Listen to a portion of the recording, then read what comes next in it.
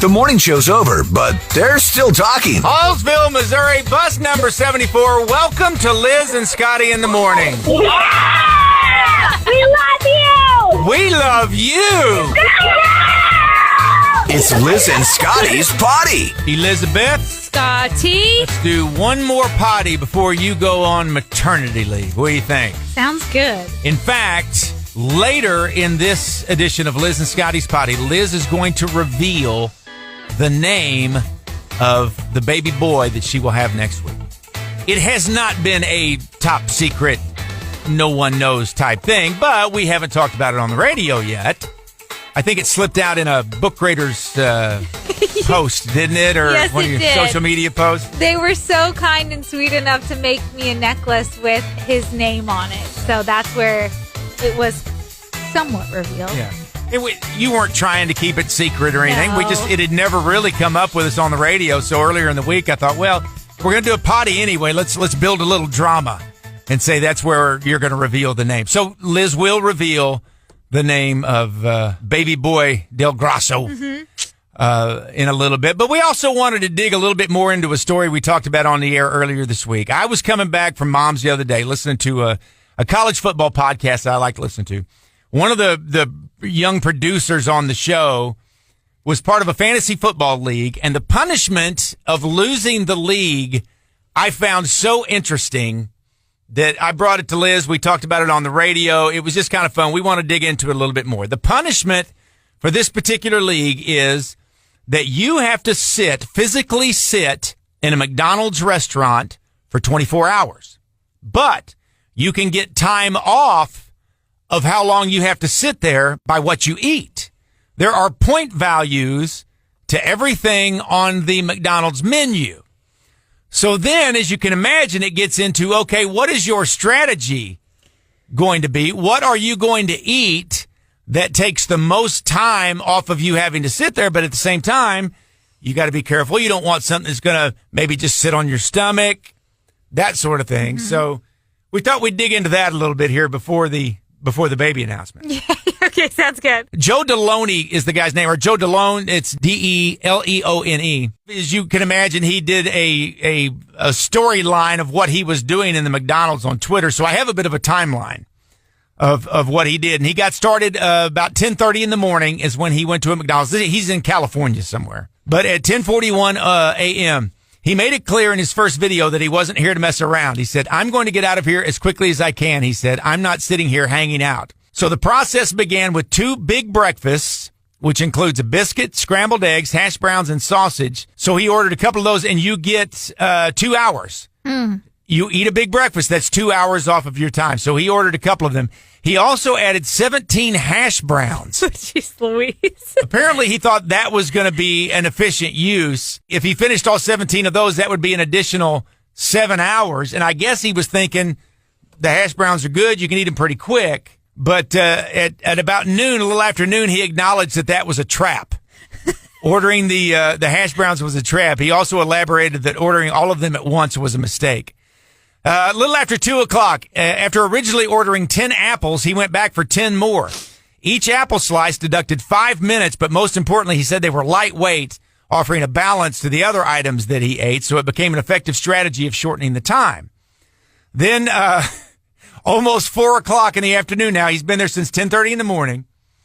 He orders 3 orders of McChickens, which led to just 3 hours left of his punishment. He thought, okay, now he was getting close.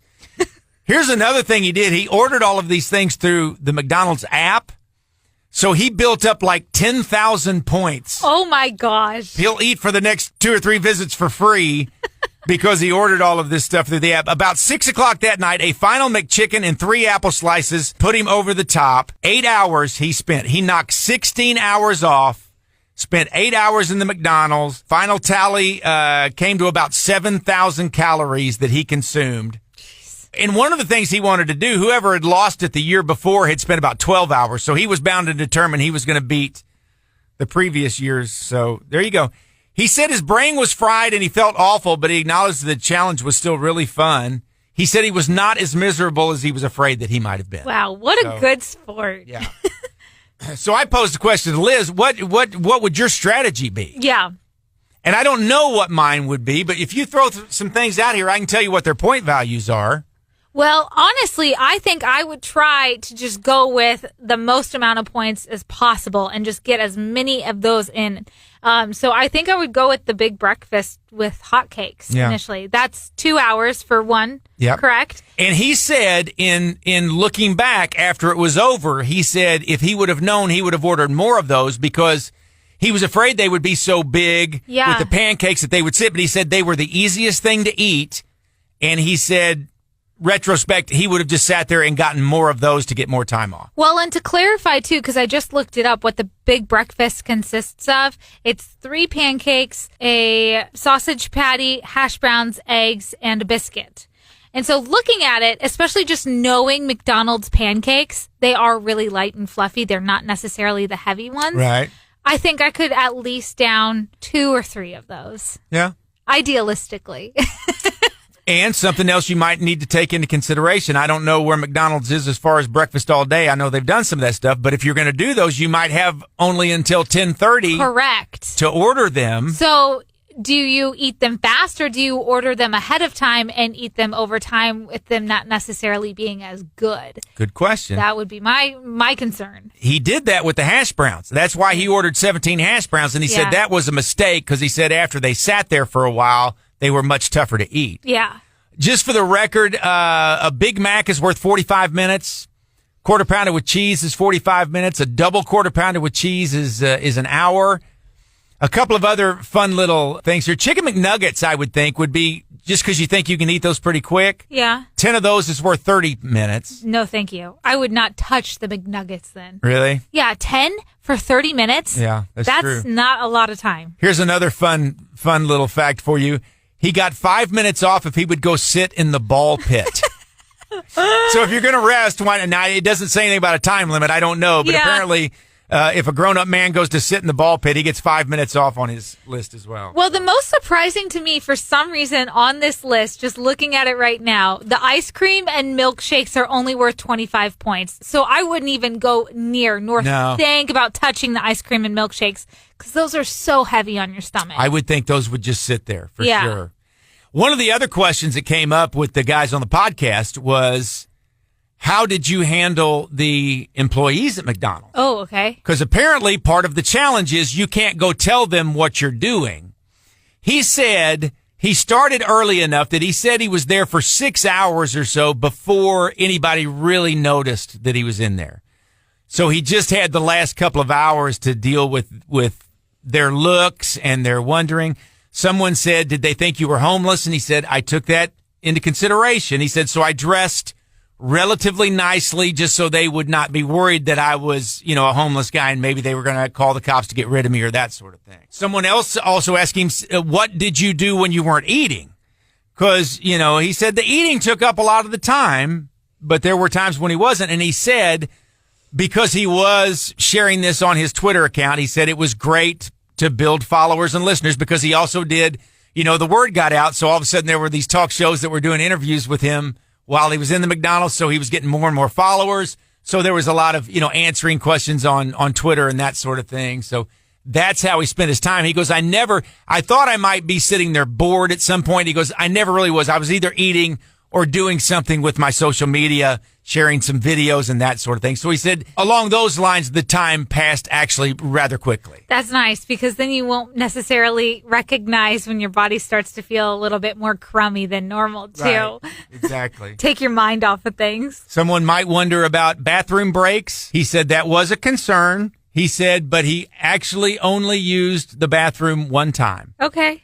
So he drank water. He didn't drink soda because he figured that was calories he didn't need. As far as, needing to, as you might imagine, eating fast food for 6 hours, the big trip to the bathroom. Yeah. He said he only had to do that one time.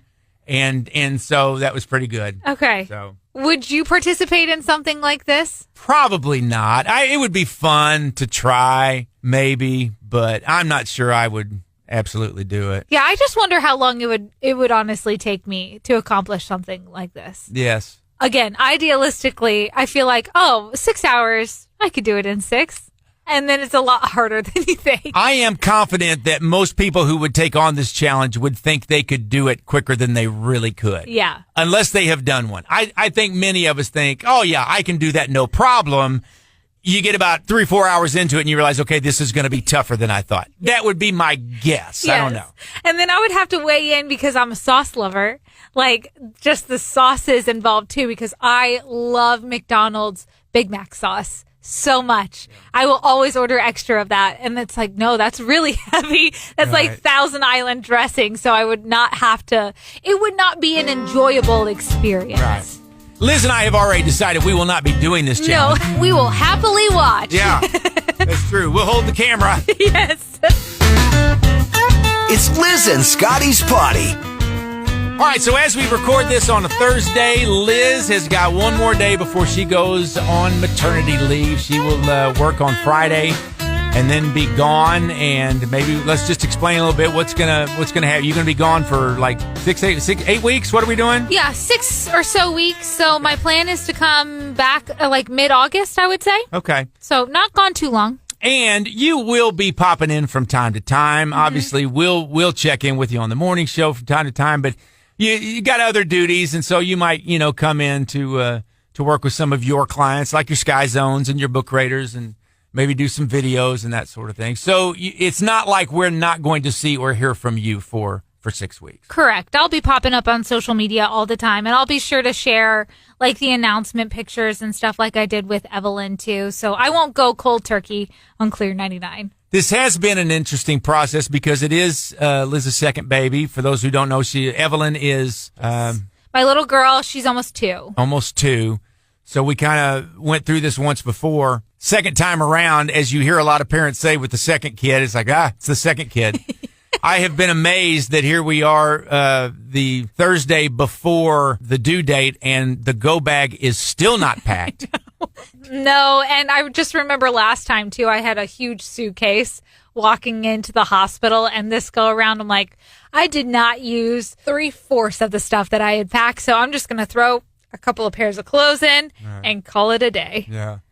Well, let's go ahead and reveal the name of the baby boy that is coming. First of all, tell us a little bit about how you came to this name, if you don't mind sharing that. Yeah. Is it a family name? Is it just a name that you've liked? Was it Will's idea, your idea? Where? It's a name that I have liked for years now, and it was kind of at the top of my list when it came to boy names, and it kind of worked out perfectly with my husband's name as well. With your husband's name? Mm-hmm.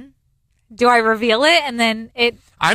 In my mind, I'm trying to figure out what the connection is. I don't know because I know what the name is, but I don't understand the connection. My husband's name's William. Oh, okay. You mean literal connection like the letters. I was trying to think of family connection or something along those lines. No. All right, Liz, what will be the name of your baby boy? My baby boy's name will be Liam. Liam. Lovely. Do we have a middle name or do you mind sharing? Yes, yeah. It will be Liam John, named after my uncle who, if all goes according to plan, Liam will actually be born on my Uncle John's birthday. So It's a little extra special. Very nice. So there it is. Liam John Del Grasso. Yes. Sounds like a good, strong boy's name. Very good. Well, thank you for sharing that with us. Of course. And we hope that you have a wonderful maternity. We may even, who knows, you and I may even do a potty between now and then. Yeah. All of that. As soon as she is prepared to do so, we'll, I'm sure, have some pictures. And so keep an eye on the Liz and Scotty Facebook page, Clear 99 Facebook. And as soon as everything gets settled with her and her family, she'll share some info. But we hope you have a blessed event. Thank Hope everything goes according to plan. I'll miss you all. All right. Thank you so much for checking out to Liz and Scotty's Poddy. Lots of places where you can hear it. Wherever you find other podcasts, just search for Clear 99 On Demand. That's kind of the umbrella where we have Liz and Scotty's Poddy and the Morning Sips. So just search for Clear 99 On Demand. It's always online at clear99.com. There is a podcast section on the Clear 99 app as well that you can download and get it there. And they are also available on the Clear 99 YouTube channel. And of course, you can just go old school and listen to us on the radio every single morning, Monday through Friday from 5:30 to 10. Liz and Scotty in the morning on today's Best Country, Clear 99. We